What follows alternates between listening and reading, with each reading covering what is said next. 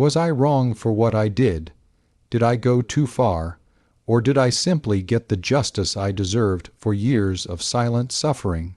The military court called it trauma, not just injury, and for the first time in my life, someone in power actually saw the invisible scars my stepfather left. Tell me honestly if you would have done the same thing, given everything I endured. It all started when I was 5 years old, a tiny, bright-eyed kid who just wanted to play with my toys and hug my mom. My biological father wasn't in the picture. He left when I was a baby, and honestly, I don't remember him at all. It was just me and my mom against the world, and for a while it was a good world. We lived in a small, cozy apartment, and even though money was tight, there was always laughter and love. My mom was my everything, a fierce protector with a gentle touch. But then David entered our lives, and everything changed. He was charming at first. He had a way with words, a dazzling smile, and he made my mom laugh in a way I hadn't seen before. I remember him bringing me a small toy car, and for a fleeting moment, I thought he was going to be a good thing. I was so incredibly wrong. Their courtship was brief, and before I knew it, they were married. We moved into his house, a much larger place with a big yard, which I initially thought was exciting. But the excitement quickly faded, replaced by a constant, gnawing fear. David was in the military, a career that, to me, always seemed to represent discipline and honor. He was a master sergeant, respected by his peers, or so I heard my mom tell her friends. But behind closed doors, he was a monster. The shift was gradual, almost imperceptible at first. A raised voice, a sharp command, a glare that could curdle milk. Then came the discipline. It started with small things, being sent to my room for a minor infraction, being denied dessert. These were things any parent might do, but with David, there was an underlying malice, a coldness in his eyes that spoke of something far darker. My mom, bless her heart, tried to shield me. She would intervene, attempt to reason with him, but her efforts were met with explosive anger directed at her. I remember hiding in my room, listening to their arguments, the shouting, the fear clutching at my small heart. It wasn't long before her spirit, once so vibrant, started to dim. She became withdrawn, her laughter replaced by a quiet sadness. She tried to tell me everything would be okay, but her eyes told a different story. And then, the physical abuse began. It wasn't always direct.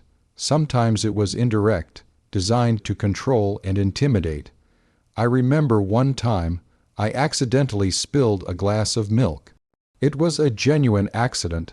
My hands were small and clumsy. David didn't yell.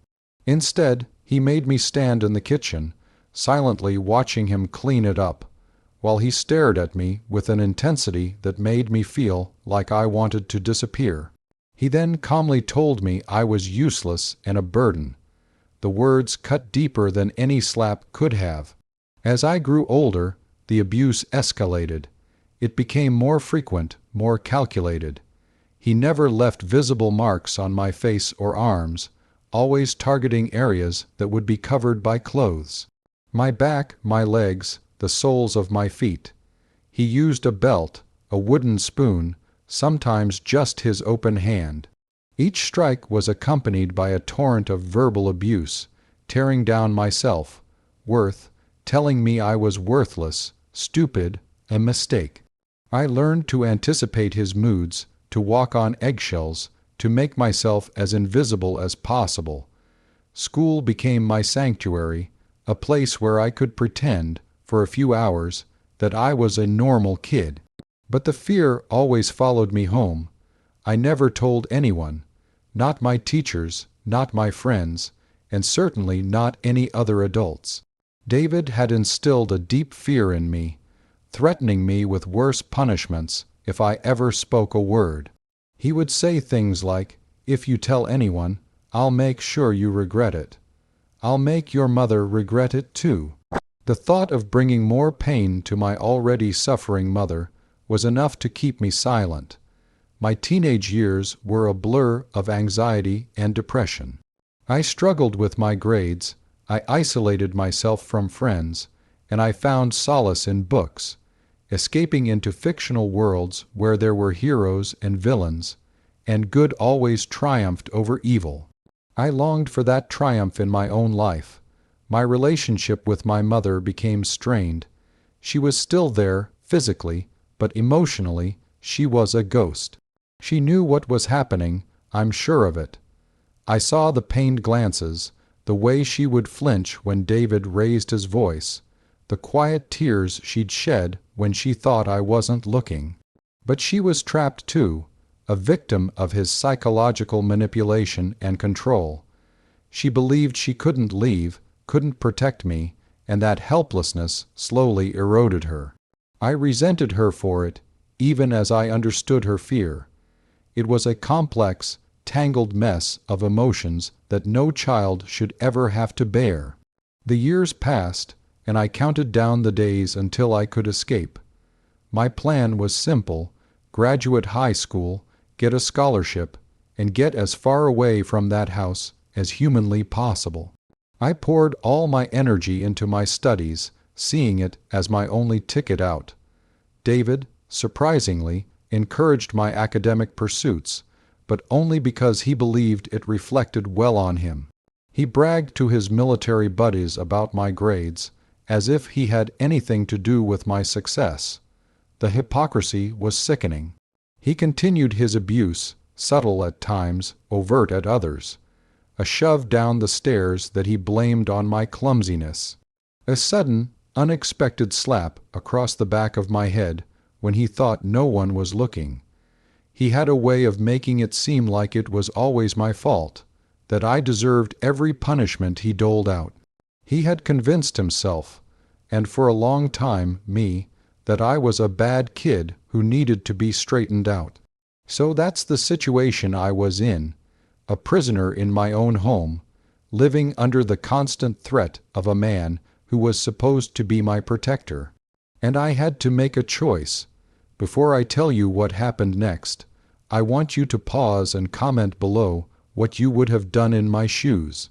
Would you have stayed silent, just like I did for so long, or would you have found a way to fight back, to reclaim your life, no matter the consequences? Seriously, let me know. The turning point came when I was 17, just a few months shy of graduation. I had been accepted into a prestigious university far away, a full-ride scholarship. It was everything I had worked for, my golden ticket to freedom. I was ecstatic, finally seeing a light at the end of the very long, very dark tunnel. I remember coming home that day, bursting with the news, hoping that perhaps even David might feel a glimmer of pride, or at least, leave me alone. My mom was overjoyed, hugging me tightly, tears in her eyes. It was a rare moment of genuine happiness in that house. But when I told David, his reaction was chilling. He didn't congratulate me.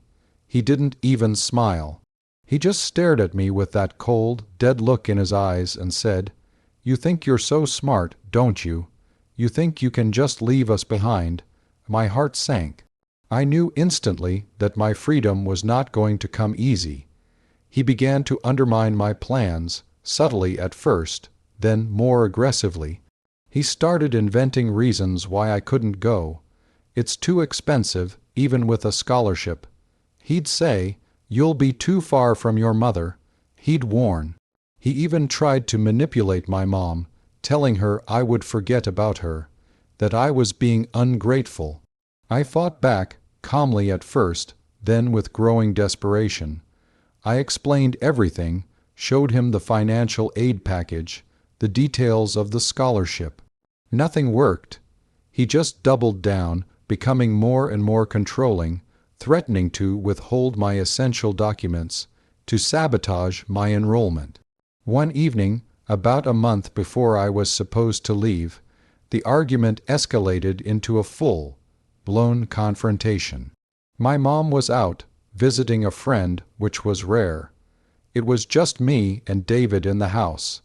He had been drinking, his usual method of loosening his already thin grip on sanity. He cornered me in the living room, blocking my escape route. He was shouting, his face red, spitting venom about how ungrateful I was, how I owed him for everything, how I would never amount to anything without him. He grabbed my arm, his grip like a vice, digging his nails into my skin. "You're not going anywhere," he snarled. "You're going to stay here and learn some respect." Something inside me snapped. All those years of fear, of silence, of suppressed rage, exploded. I looked at him, truly looked at the man who had stolen my childhood, shattered my mother's spirit, and was now trying to steal my future. And for the first time, I wasn't afraid. I saw a scared, pathetic bully. I pulled my arm away with all my might, surprising him. He stumbled back, momentarily thrown off guard. That was my chance. I saw a heavy, decorative brass letter opener on the mantelpiece, a gift from one of his military friends. Without thinking, I snatched it up. I didn't mean to hurt him badly, not truly, but I wanted him to feel something, to understand the pain he had inflicted. I swung it, not with the intention to kill, but to defend, to break free.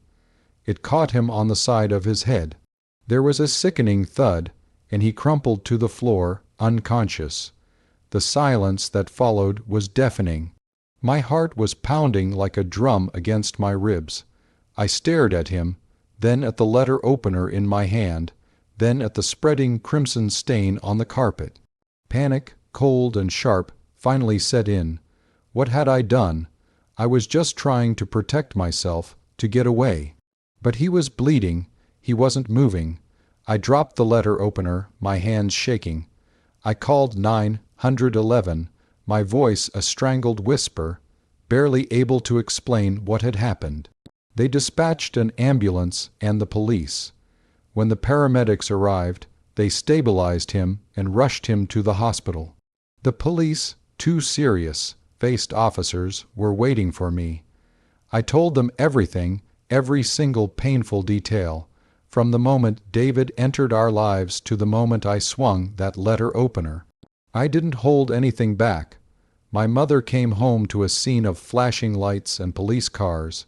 She was distraught, confused, then horrified as she learned what had transpired.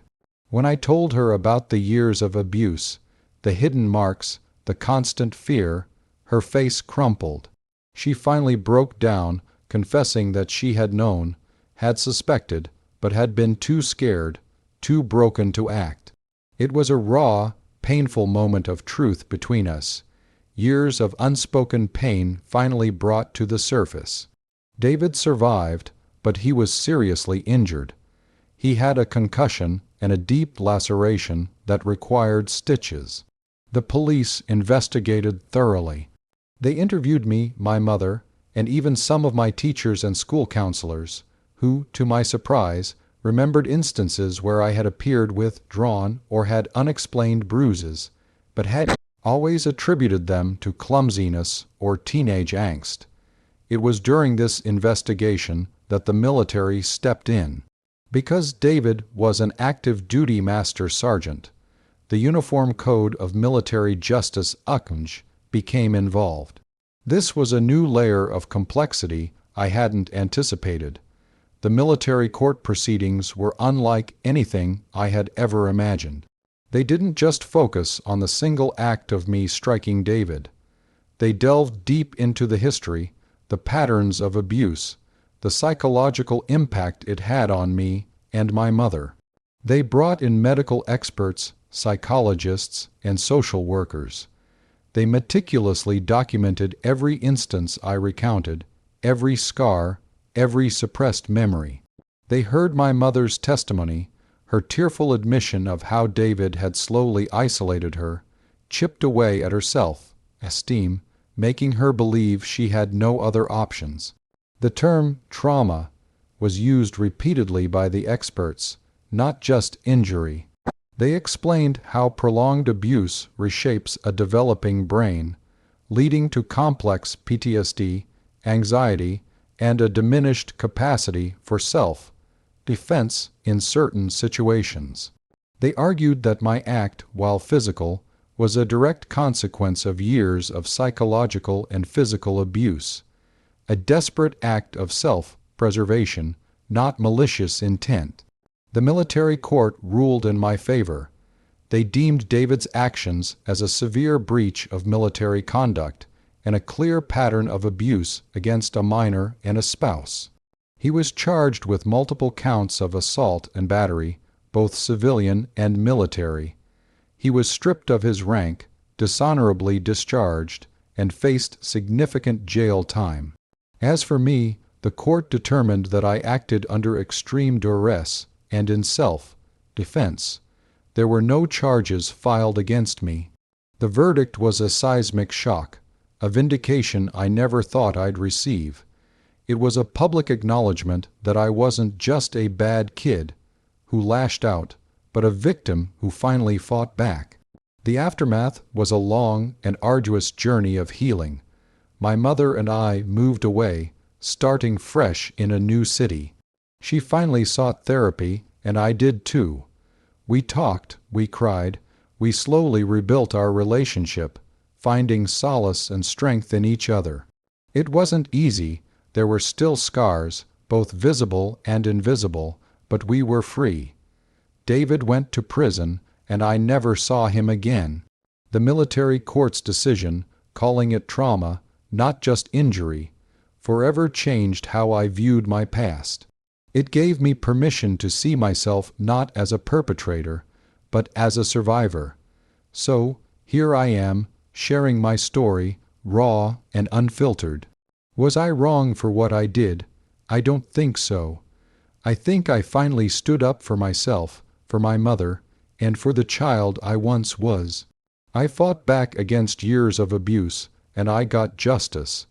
If you were on my side, like this video, subscribe for more stories like this, and share your final thoughts on this whole mess in the comments section.